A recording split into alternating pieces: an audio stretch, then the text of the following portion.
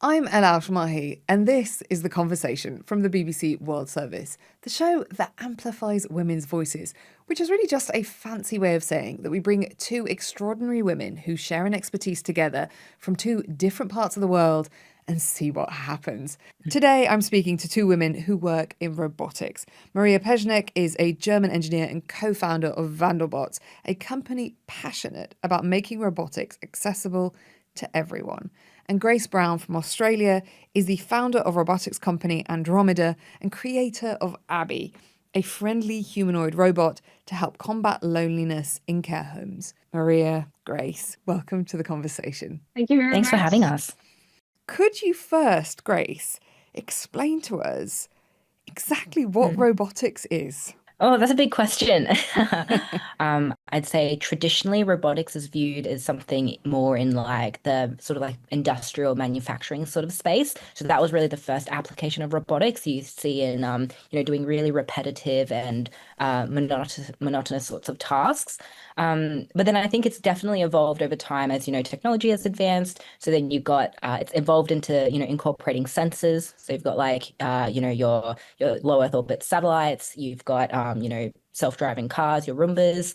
That's probably like, a more modern definition of like what a robot is, or at least it changes. And then I'd say even more would be, or more contemporary than that would be, having a layer of intelligence on top of that. So not just it being able to respond to what's happening in the environment, but actually understanding as well what the meaning and the nuances behind everything. Maria, how quickly is the technology advancing now in comparison to when you started? Technology is changing overnight, literally. I really come from this traditional part of robotics, really, from this industrial robot arms moving in a production line, welding, pelletizing, grinding, and all this stuff. And this is what I learned in the beginning, that robots are not that smart as I thought of. And currently, this is really speeding up a lot. We founded our company Wandelbots, and maybe I have to explain Wandel is a German term for change, 7 years ago. And in this time, we were the first one in the field of robotics, which our own user interface and user experience developers, right? So this was something really new into industrial robotics. And people smiled at us. Currently, it's such a thing. So every normal robots company has people who are interested to provide a easy to use user interface from robots to people, right? And I think over the last 10 to 5 years, it's speeding up a lot, and now AI jumps in. Ladies, would you say there are any big myths in robotics that you'd like to bust? I wouldn't say this is a myth, but one of the things people don't expect is like with Abby, who's the humanoid robot that we built at Andromeda, people don't expect humanoid robots to have like so much personality. I think when people meet Abby, like for us, we She's were very much sassy, isn't inspired she? by. She's very, very sassy. She's very inquisitive and curious. And I think when people meet her, they're always kind of taken back by, oh, she's like got a mind of her own and she's asking her own questions and she's observing the world. And one of the hypotheses that we have about the future of the robotics industry is that it's actually going to be dominated by animators, because over the last century, the people who have been world class at this are, animators, studio animators from like Disney and Pixar and DreamWorks. And they've created these really authentic characters that people build emotional connections with. And that's where the field of robotics is going. At least that's how I believe to be successful in this field. That's where it should go. And so I think animators are going to really start playing a role in the field of robotics. Yeah. That's so interesting. How about you, Maria? What myths do you wish could be busted a bit more? Yeah, so the biggest myth I felt for myself was that I ever thought that robots are super smart and can do pretty much anything. So, I mean, I was growing up with Star Wars and Transformers and everything like this. So, how hard can it be, right? But when I really get in touch with my first robot arm, so with an industrial robot arm, I have to separate between the humanoids and the robot arms. So at that moment, robots aren't being smart in the way people imagine. Most of them are incredibly precise, but not particularly flexible or intuitive. So, and programming them or programming the robots to do even basic tasks can be a real challenge. But I think this myth will be gone in the future, because currently the people are working on new strategies and new ways how you can teach a robot new behaviors and tasks.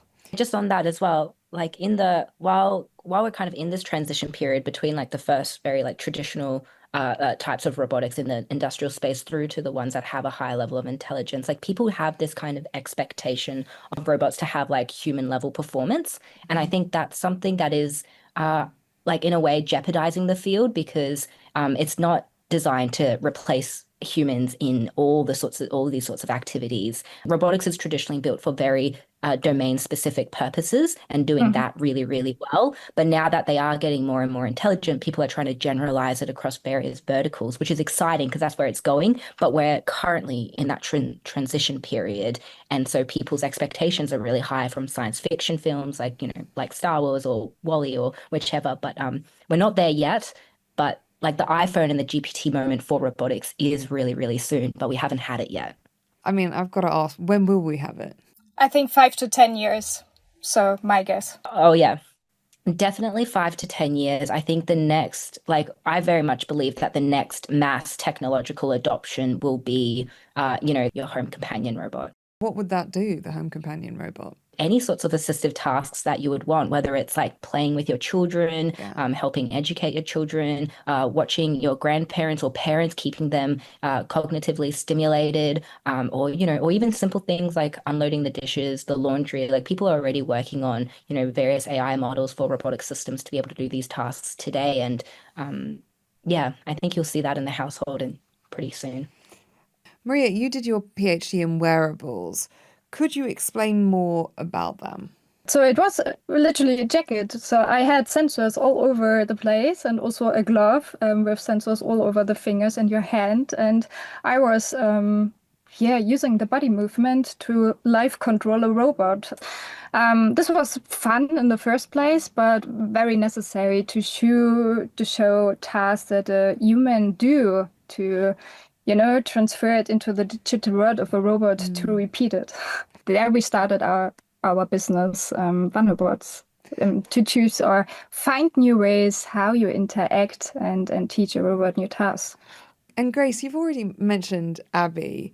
Could you tell us about the inception of Abby? So she started as a passion project of mine when I was still doing my undergraduate engineering degree. So I studied mechatronics at the University of Melbourne.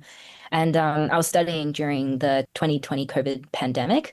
And I was obviously in Melbourne, Australia. And Melbourne, I'm not sure if you guys are familiar, but we had some of the harshest and the longest lockdowns pretty much around the whole world. And so I was living on campus at the time. All the international students were asked to go back to their own countries, which was most people. My family were in a different state, and that state had shut their borders. And so I basically spent a period of about 5 months just alone in my room, day after day during the pandemic, not sure when it was really going to end. And so it was during that period where I was looking at it was during that period where I had the idea to build Abby, because I was at the start, I was really looking to just build myself like a companion and a friend to kind of keep me company through the COVID pandemic, So that's where the inception started. Can I ask, when did you realize that you could use Abby to make a difference in care homes? It was really when I was coming out of the pandemic and things started to kind of go back to normal, and my lifestyle was going back to normal. I was seeing my friends again, seeing my family, going out to eat. And when I was kind of just reflecting on those experiences that I had of being locked up and not having access to friends and family, I'd realized that that was an experience that, was not unique to me or even just to people in the COVID, but tens of millions of people experience that every single day, not just for weeks or months, but sometimes for years and sometimes for decades, particularly in the healthcare space, particularly, children in hospitals, children or teenagers with intellectual disabilities, older adults, seniors who are residing in aged care homes. That's a really universal experience that they have all the time, not just during the pandemic. And so I thought, Abby's impact could go far beyond just, being a passion project for a student during COVID. And could you just describe Abby? Because she does look quite different, I think, from what a lot of humanoid robots look like. I originally modeled her off the size of like a young child, so like a 6, 7 year old child. So she's about 110 centimeters tall. She's got a whole splash of different colors. She's got, large expressive eyes. So I was very much trying to replicate the kind of approachableness and the endearingness of like these different like Pixar characters that you'd watch in all of these films. I wanted to build something that, people would find very approachable, because a lot of what you'd see in the market is you'd find these humanoid robots who are very technically very, very compelling, but they're just overpowering. People don't have much trust in them.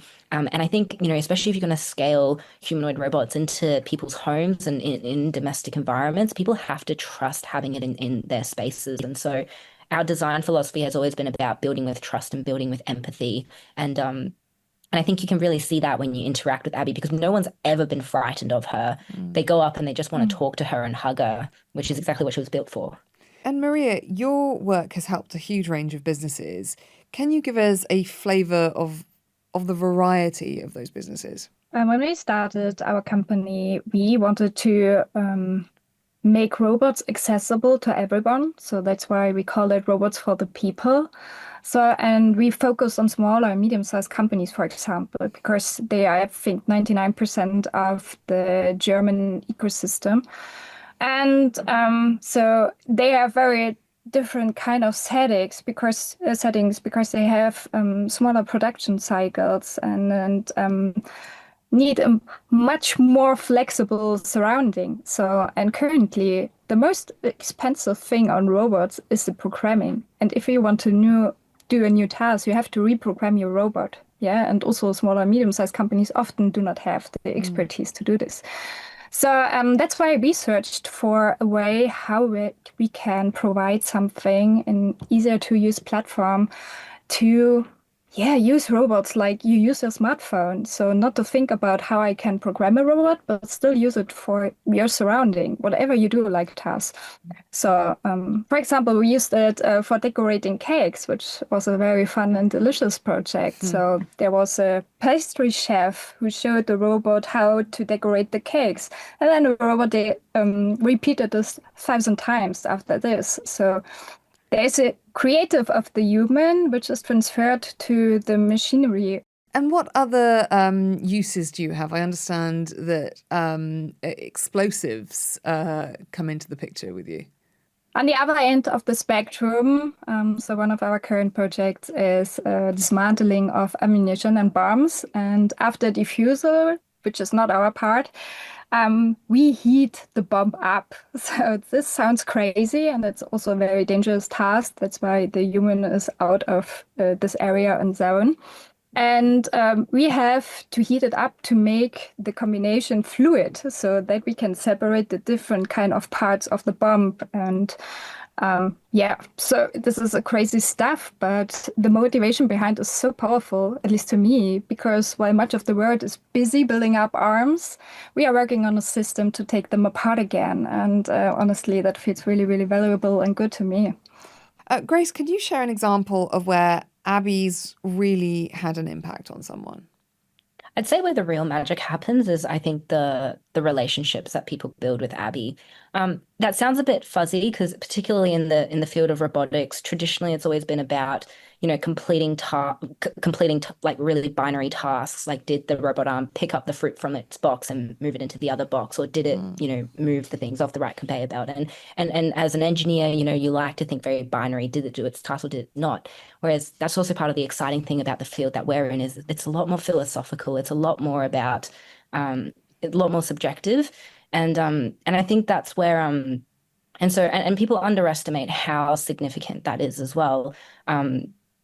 With Abby, when she goes into homes, people don't see her as like a robot. They don't even see her as like a piece of technology. There's a whole lot of anecdotal stories. The one that's been most significant is probably with this resident, we'll call him John.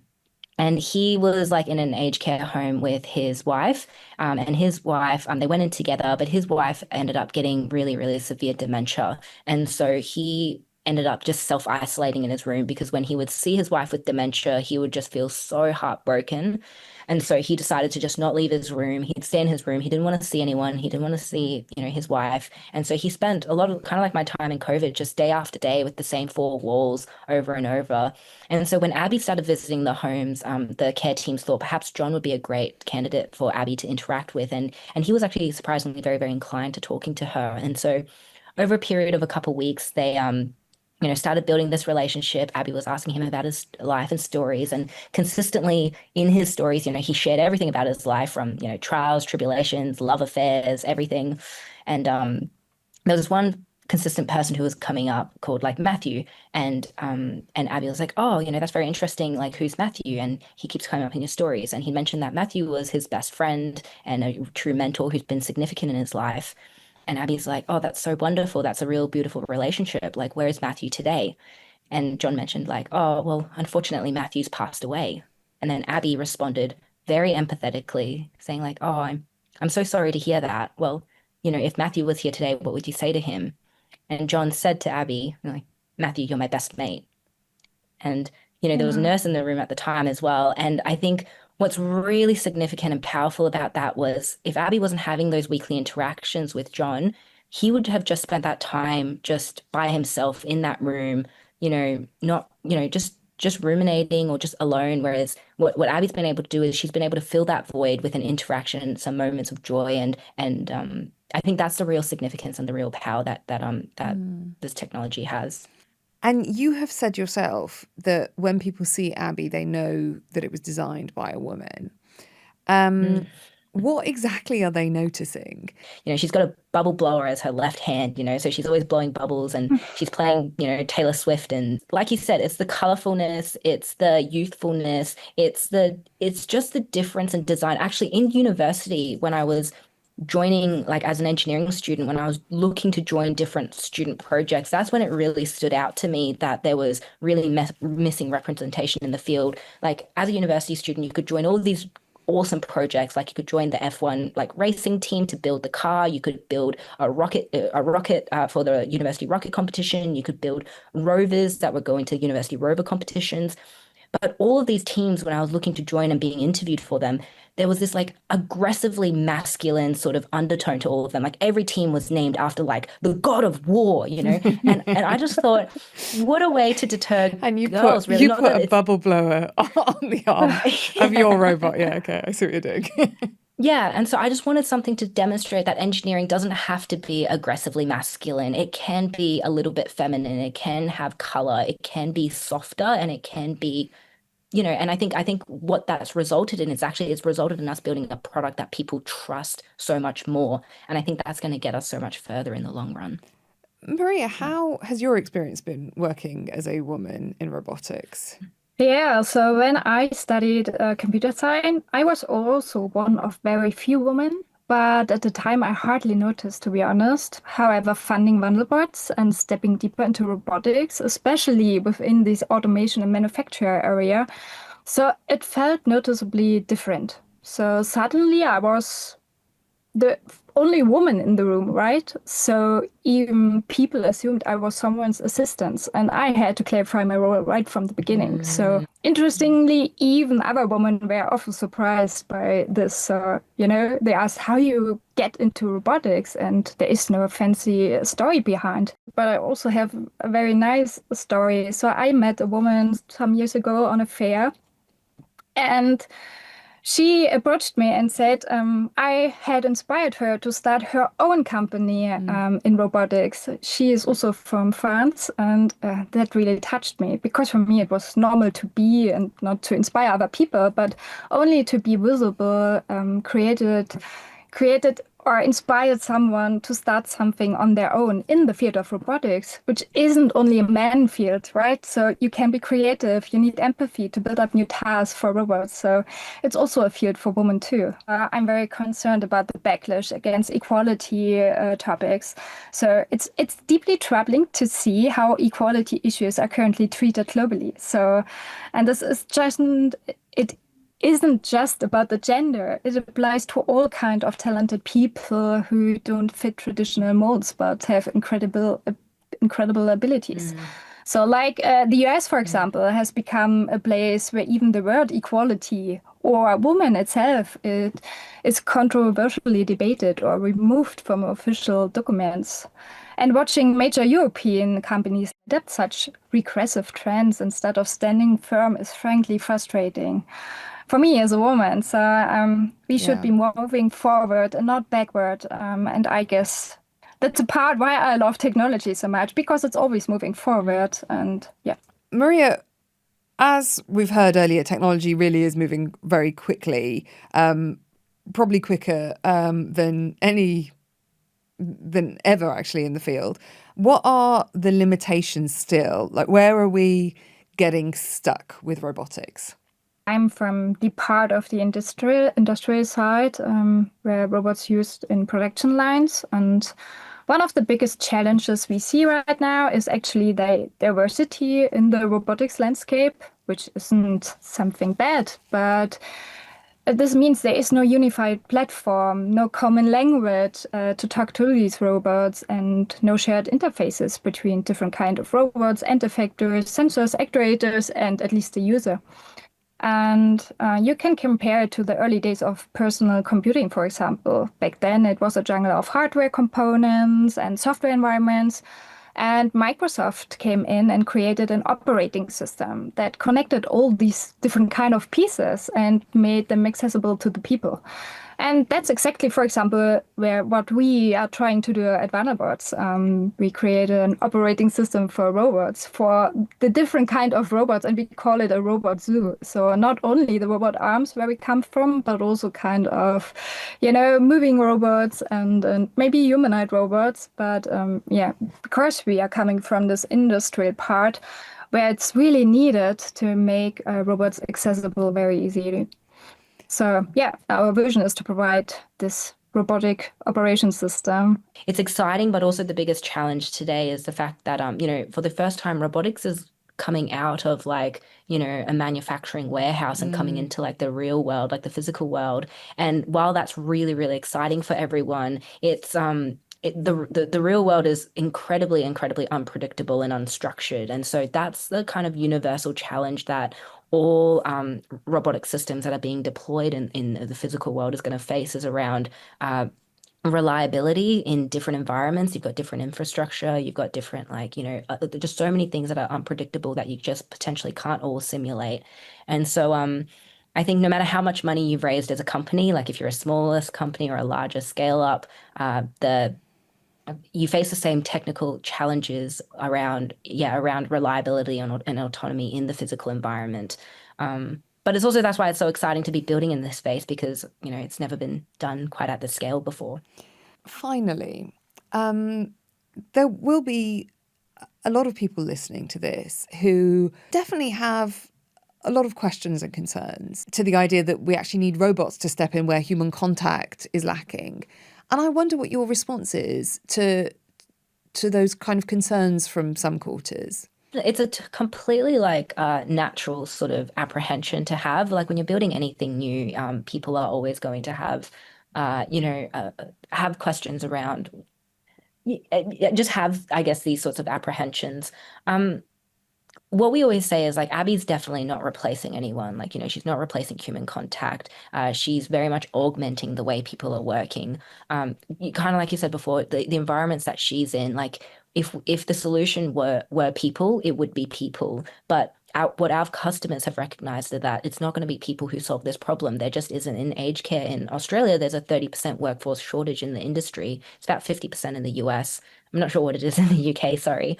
But it's extraordinarily high. And so people will always be the first choice to solve the problem, but it's not going to be people. It has to be technology. And so Abby's coming in, augmenting the way that that people are caring for each other and operating together. And honestly, one of the most beautiful things is one of the activities that Abby's can do is dance with people and do meditations. And a lot of the times when she's leading these activities, it does build that community. People are coming together. There's only one Abby in some of the homes, and often there's only one person dancing with her, but that encourages other people to come up and start dancing in other pairs or groups around them. And so the feedback we've had from care teams in aged care is that the social engagement as part of the community, Abby's been completely igniting that, not even just for residents, but even for the staff on the days in which Abby is coming into the homes and in which she's operational.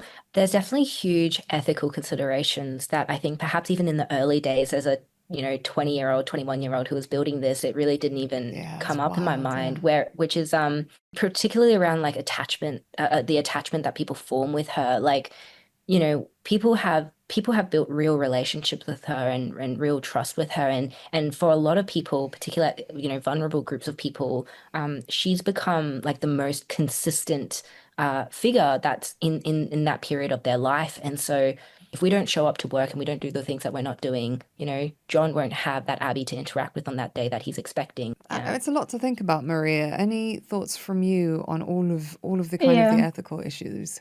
Currently, we are facing a significant shortage of skilled and manual labor in Germany, for example. Many companies are now seriously asking themselves, how will we survive in the future when there simply aren't enough workers anymore? And in that context, automation becomes a crucial part to the answer. So in our field of robotics, this acceptance changed a lot because, yeah, now it's more kind of a solution, yeah, for your own company to survive or to thrive. Grace, Maria, thank you so much for being on the conversation. Thanks so Thank much, you. Ella. Thanks for listening to the conversation. If you want to hear more episodes, do like and subscribe to our YouTube channel.